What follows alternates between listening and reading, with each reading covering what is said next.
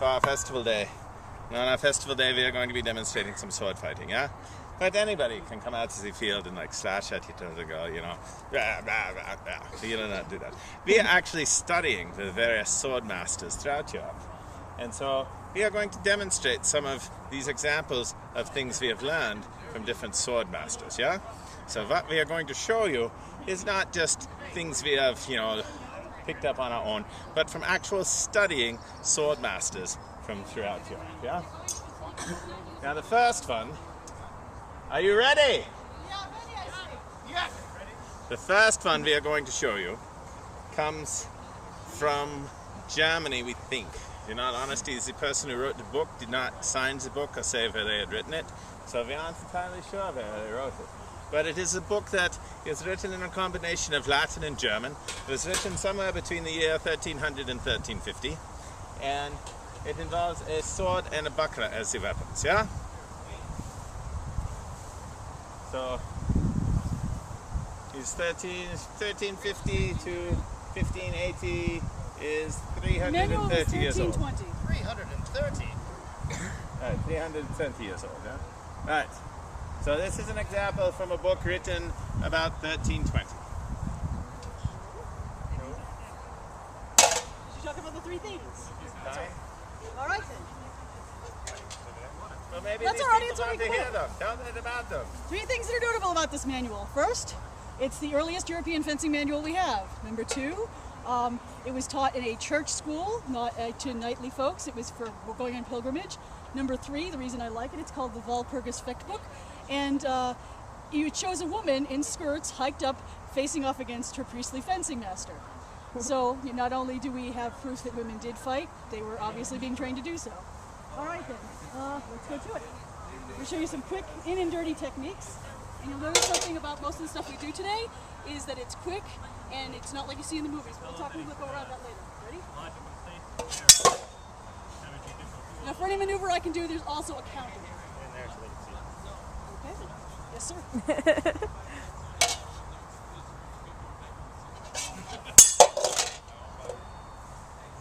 So I just came around the shield knocked him, and basically suppressed his sword.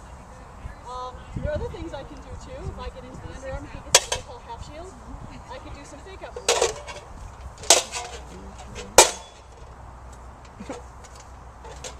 Works both ways. He can lure me in with a technique using something called fiddlebow. Thank you. I'm so tired from my 5 seconds So of I'm sword thinking fighting I'll today. suppress his blade, right?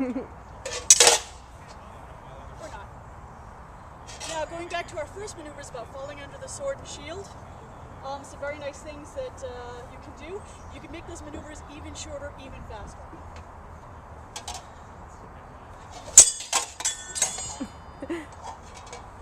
Let's do that again, and we'll show him that he has a recourse.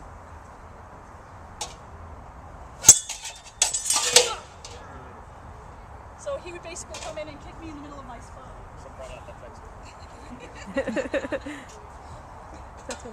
And of course, the shortest maneuver we know with this sword we're about to show you right now. Last one.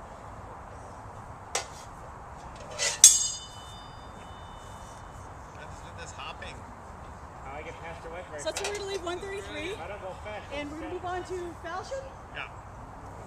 Alright, the next weapon we shall demonstrate for you is a curved one-handed weapon known as the Falchion.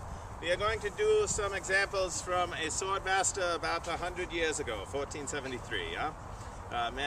He's actually a priest named Hans Lepukna. Hey, Schmidt, there's the bag. We do puppets. How is the lesson now? That bag. Do you help us? Alright, Schmidt! Tell this person what to do with the bag. Alright. So, oh wait, more people are coming and I love the crowd, yeah? So, yeah, bring them here! What is wrong with you? Bring them here now! Bring them faster. Faster! This is what you get for having poor quality minions. Mm. I used to have a high quality minion and then he graduated. He graduated up from minion. Yeah. Is he mad Russian? He's mad because he taxed my vodka. Yeah, bah. Your vodka deserves to be taxed. Let's be poured out in the swamp. Germans, no constitution. Ah, it's very good.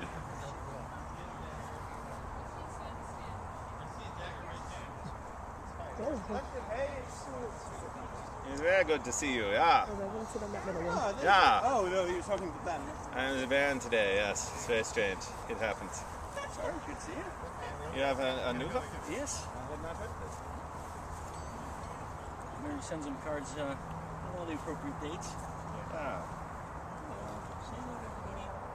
Right, well, we are demonstrating some historical sword fighting techniques. This is one from about 100 years ago in 1473. So we will be doing this one. It was written by a priest named Hansel Kuppner. Many priests wrote fight manuals. You think of that as strange, but they do it because they're like that. You These are ready? the ones you can write.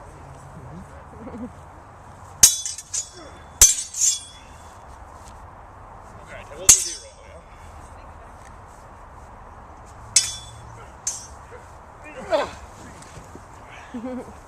Stay down! Nine. You lost your hat. Alright, now. No. Yeah, Quickly. quick. There we go. Alright, down you go.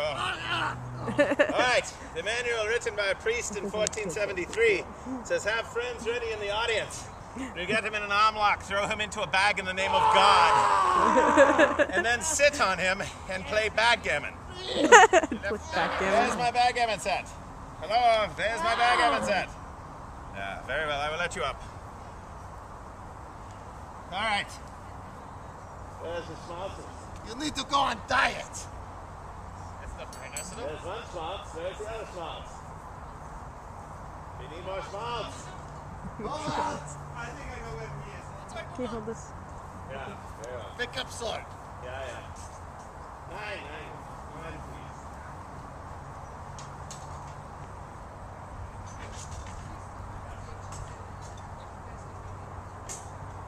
Alright, now we will demonstrate a sword technique that is very modern. It was only written 10 years ago in 1570 by a man named Joachim Meyer. Where is he?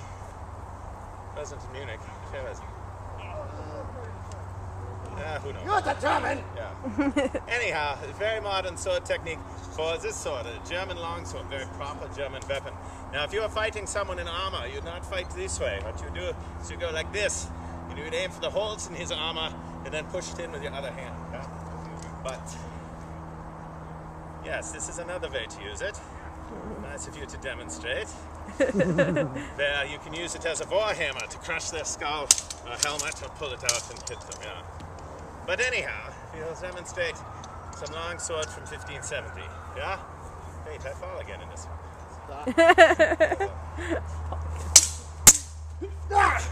Yeah, he's good. Again. Again? You want to see again? Again! Yeah, it's hot out here. Yeah, tell them why you won that time. I feel him push. So I just step back. His head exposed. I cock him. Huh? Yeah, you're a scaredy baby. No, You didn't even kick this one. I'm not a baby kicker. You kicked it, baby. We all saw you kick it, baby. Jensen. I saw you kick the baby. Ah. That's what you get for kicking the baby. Yeah, you see, if I start to push and he pulls back, I can just wait here for him to come down, flick him aside, whack him in the head, just like he backs babies. Again. Yeah.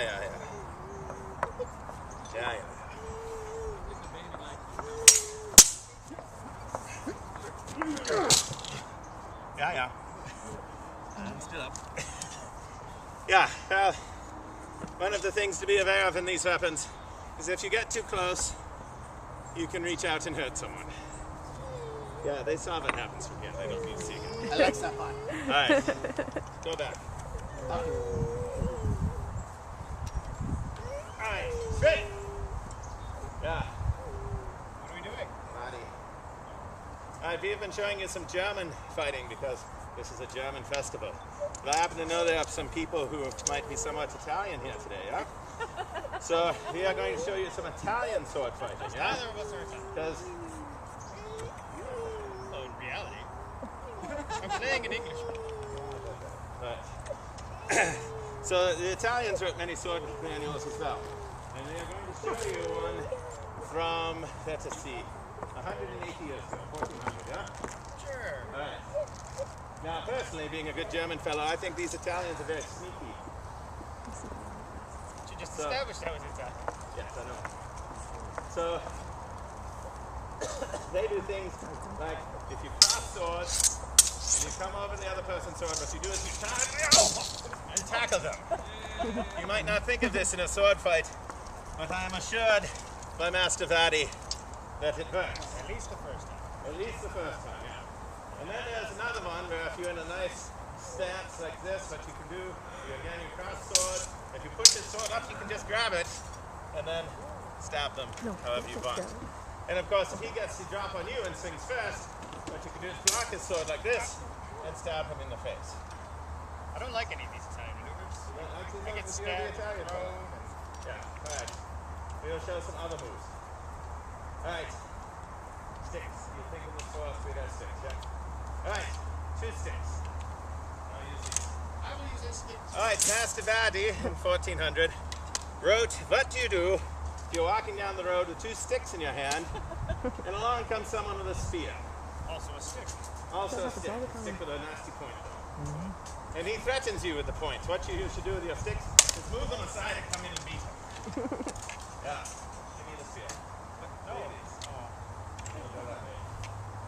So, Master Vadi in 1400 also said, what do you do if the other person has a spear and you have a sword and he throws it at you?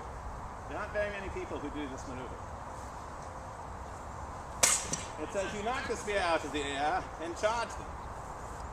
But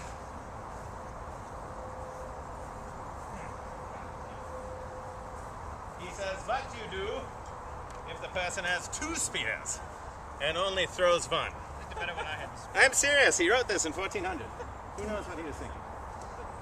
So you throw the first, and he says, at this point, you should know what to do. Yeah, this is not so helpful, huh? But what we think happens is this.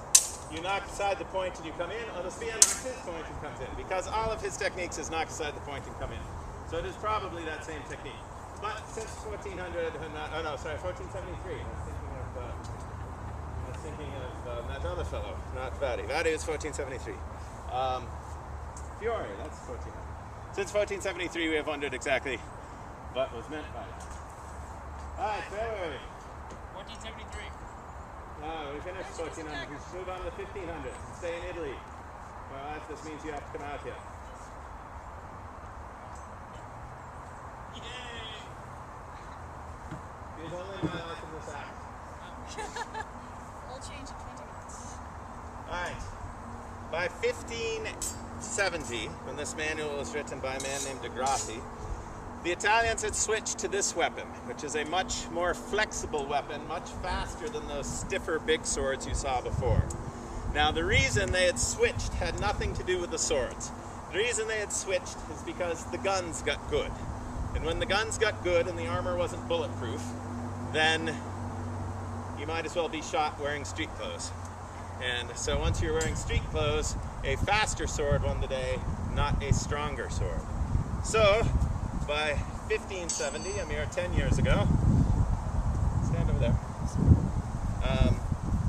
Master de Grassi wrote these techniques.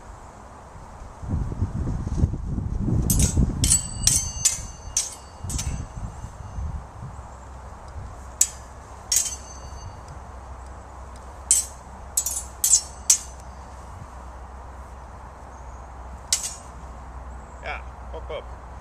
Now, Master de Grassi wrote 2 books. The first one was called The True Art, which is what to do in a fight for your life, which involves skewering the other person. He also wrote a book called The False Art, which is what to do if you're showing off. Well, since you folks are here.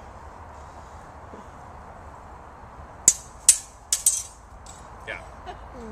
But he says if you're fast enough to do this, you're fast enough to kill the other person. And if you're in a fight for your life, kill them. Don't fool around. All right, Silva. Now, I was talking about how light and flexible this weapon was. At the same time, right now, in the late 1500s, In England, there's a sword master who hates these weapons because he says they are too bendy, and he prefers a much stiffer weapon. That's why I like the big one of his longswords. Alright, you're going to show this, Silver? Certainly. You're going to insist on saying something, eh? Yes, I'm going to insist on saying Go one up there. Go one up there. thing. Go up there. Don't stand back here.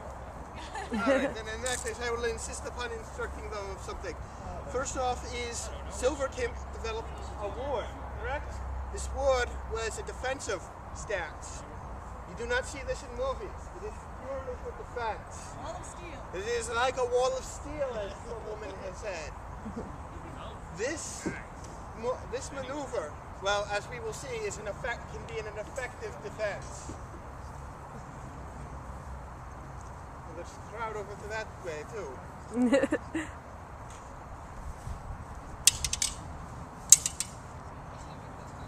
There we are.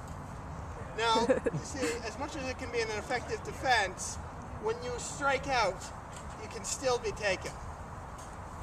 However, Master Silver talked about this weapon was best if paired with a dagger. When you form a defense with this and with this, call it what? The perfect cross? Perfect cross. The perfect cross. You were defended in all ways and capabilities. Show them how it changes with the dagger. Yes. The same maneuvers with a dagger. Do it.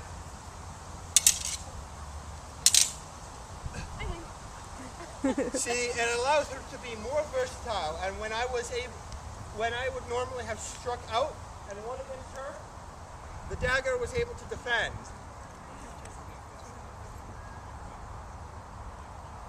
Now, next, seeing as these weapons were contemporaries, the rapier and the mortuary sword would have come up against each other in combat. Silver wrote in accordance with this. Now, here's a question. Who do you think would win, the rapier or the mortuary sword? Anyone? Someone's been seeing our shows. Now, rapier versus mortuary sword.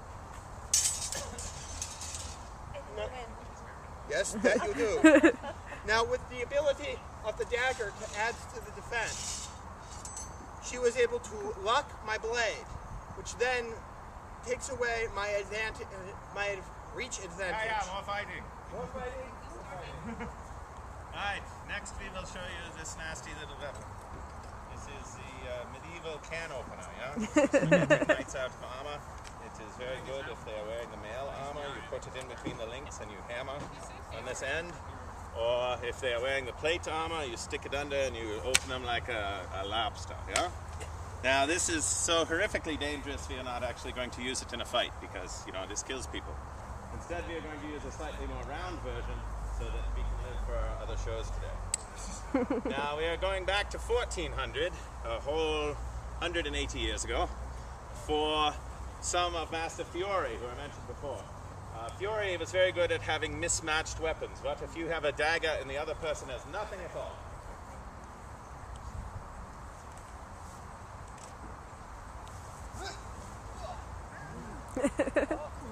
Nasty.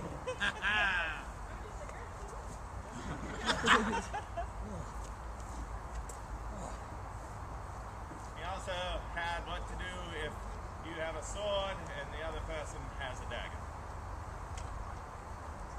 These swords were supposed to be kept in sheaths because it was considered unfriendly to walk around with the blade exposed. It's just rude. So I can come up to him? Like, tra-la-la, grab him. Oh. Or if he had it down lower.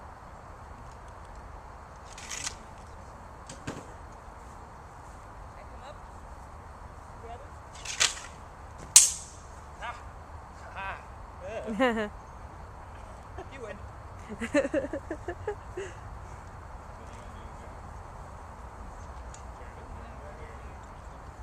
Alright, yeah, very good. We'll do German dagger too. This should go well. We didn't practice. Just do a little.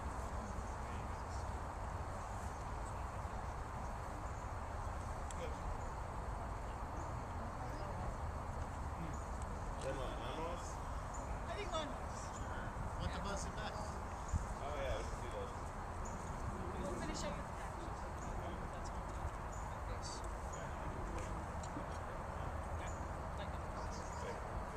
Alright, this is an example again of 10 years ago in 1570 by Master Maya of what to do with a dagger. And the shorter the weapon, the more grabbing there is. And these are very short weapons, yeah?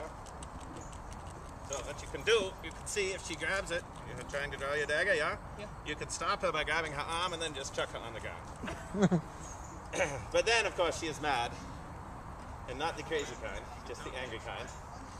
And so, you can, oh, no, I'm trying to gut you this time, yeah?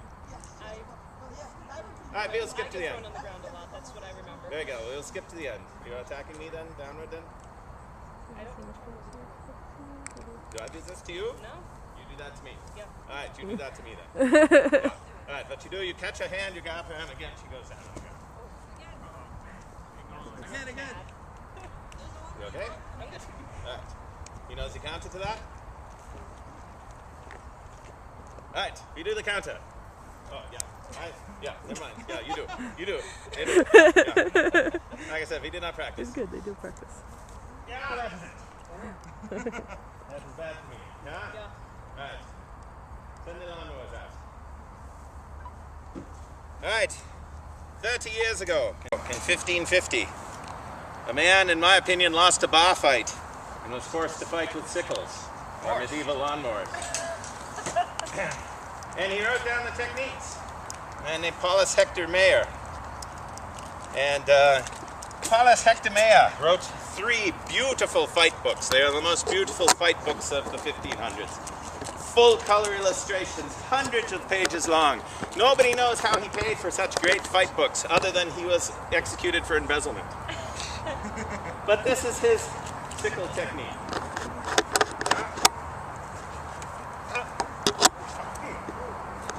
Again, short weapon, lots of grabbing.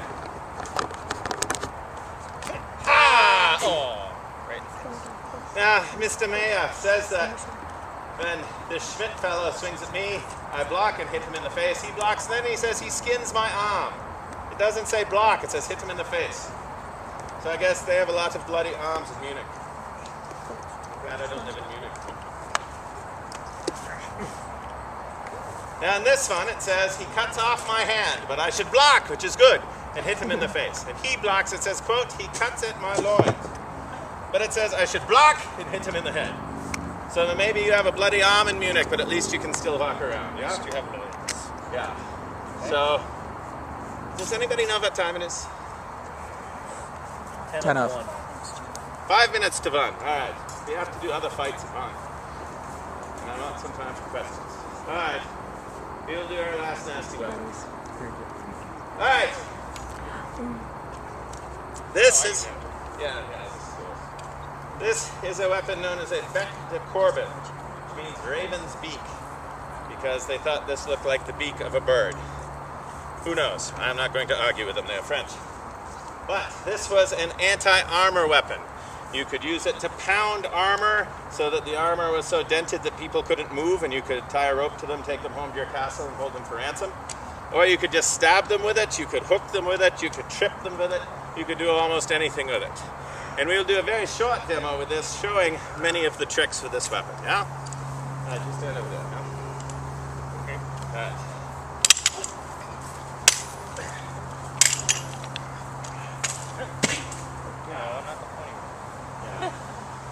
But you can see, even with 6-foot-long sticks, if you get too close, the other person can use it against you, yeah? Alright, do any of you have any questions? Or else we'll take a short 5-minute break and then do other sword fights. Questions? Nine. Very good. Well, thank you very much. We'll be doing other sword fights in about 5 minutes.